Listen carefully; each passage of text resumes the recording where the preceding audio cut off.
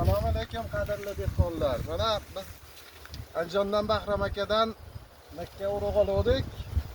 Rim Italiyada Rim degan urug' ekan mana. Bo'yini qaranglar. Xudo xolasa mana yaxshi.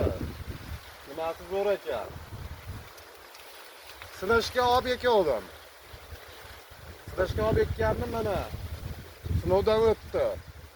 Bir qiziqib nima qilib sinab ko'ringlar ekan. Nalari yaxshi, mana ko'talari ikkitadan olgan, uchtadan olgani ham bor.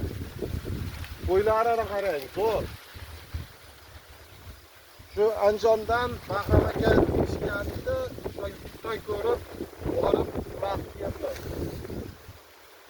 Mana baqayam yurak.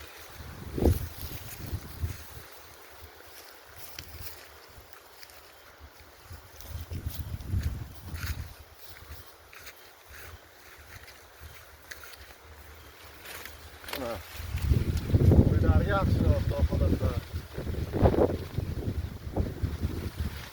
Shu borib bir nima qilib sinashga ekib ko'ringlar. Makka urug' sizga yoqdimi? Makka urug'i yoqdi mana. Xudo xolasa zo'r. Endi kiroverish joylari juda kattaroq. Bu taylariga nima ishlovlar qilgansiz? Taylariga. Taylariga shu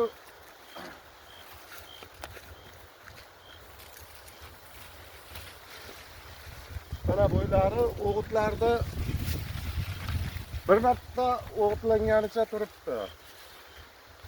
250 kilodan karbamid soldik bo'ldi. Shu bo'yi qoldi, imkoniyat bo'lib bo'lmay qoldi, qololmadi.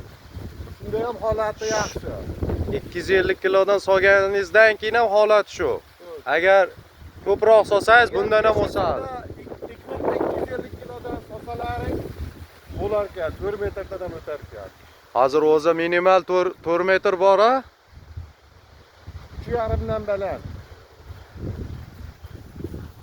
Xudo xolasa yaxshi. Mana ko'rib nima qilinglar. Sinashga bir borib, Bu Makkangizda nomi nima bu? Italiyada Rim degan urug'i deyishadi. Shu nimada pastda nomerini qoldiramiz. Borib olib ekib sinab ko'ringlar, kam bo'lmaysizlar. Yaxshi.